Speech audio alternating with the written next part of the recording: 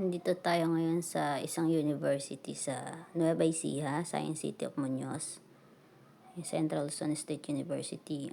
Nag-aya yung mga kasama ko, ayan, si Ate Abing. Mag-walking daw kami. Nag-aya si Ading. Ayan, walking. Mga 3 days na kami nagwo-walking. Yung isa namin kasama nandun sa labas. Kami dyan. Bali, 4 kami. So, ayan, papadilim na pala. Marami ring nagja-jogging, nagwo-walking. Sa maghapong nakahiga, nakaupo, or maghapong nakaupo, hindi. Para naman nagagalaw-galaw yung katawan. Yan, walking tayo. Ma-burn yung dapat ma-burn. Ayan, makapaglabas ng pawis.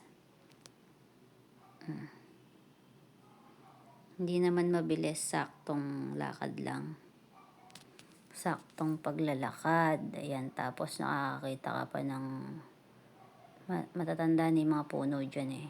Mga punong nakaka-refresh. Ayan. Mga berde, tapos mga greeny. Ayan, andyan yung grandstand. Ayan. Tapos andun yung court. Ayan, may mga naglalaro. Ayan, yung grandstand. Siyempre, pag may mga games, may mga palaro or events, dyan pwede kang manood. Kaya pwede ka dyan, pag hindi ka na uwi ng bahay, dyan ka na mag-lunch, magpahinga.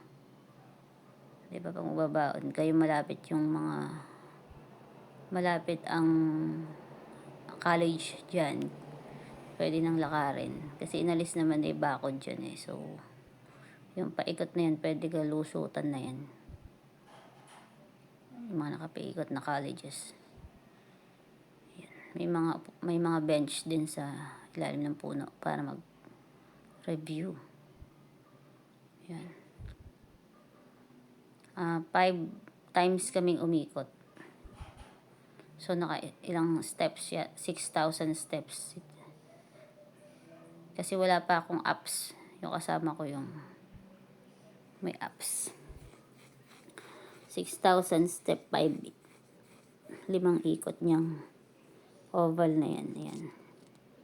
May mga magkakaibigan dyan, nagde-date. Ayan, may mga nagge-games. Ayan.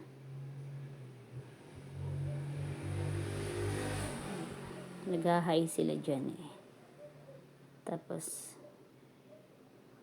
hello din kami. Hello! Enjoy! Sabi namin. Kwentuhan habang nagwo-walking. Kwentuhan ng tungkol sa buhay, mga nakaraan. Ilang buhay na naman ng charot. Wala lang. Kwento ng aming mga buhay-buhay. Ayan. Ayan pala yun yung may mga hello, hi, sabi nila.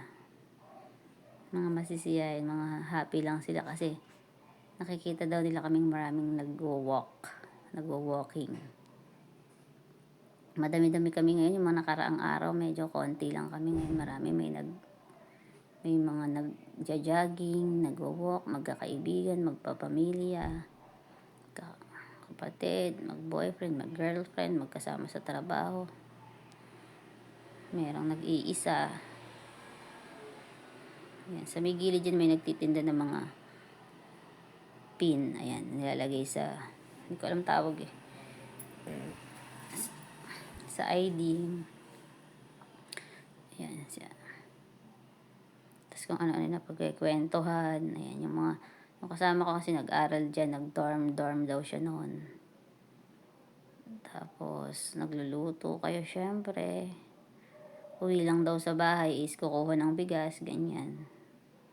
Tapos ikaw na mamamalengke ng ulam mo. Ayan, college life.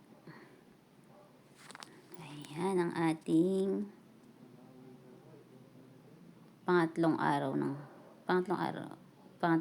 paglalakad. Ayan. Matagal na naming planong maglakad dyan. Hindi dyan yung plano namin eh. Sa bukid, paghapon.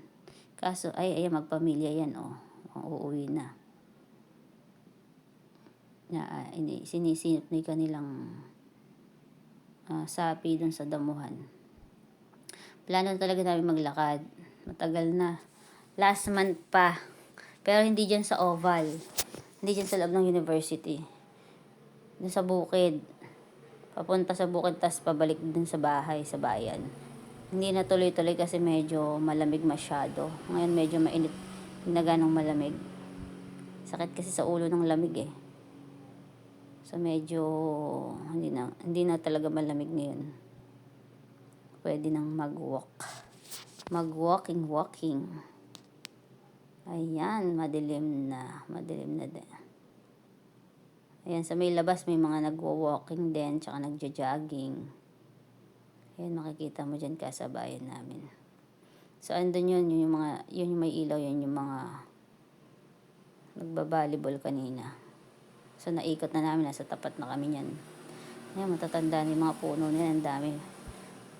Yung video ko dati, dyan kami umiikot, dyan nakamotor. Dyan sa part na yan. Dyan. Sa Lingap. Puno talaga dun. Tapos yan yung pinaka-oval nun. Na-post ko na ba dito yung nakamotor kami? Hindi pa yata. Yung stories ay dyan sa short video ko. Yung mga pupuno dun, nandun yung mapupuno yung nakamotor kami. Yung parang Baguio. Little Baguio yun eh. Dyan sa loob.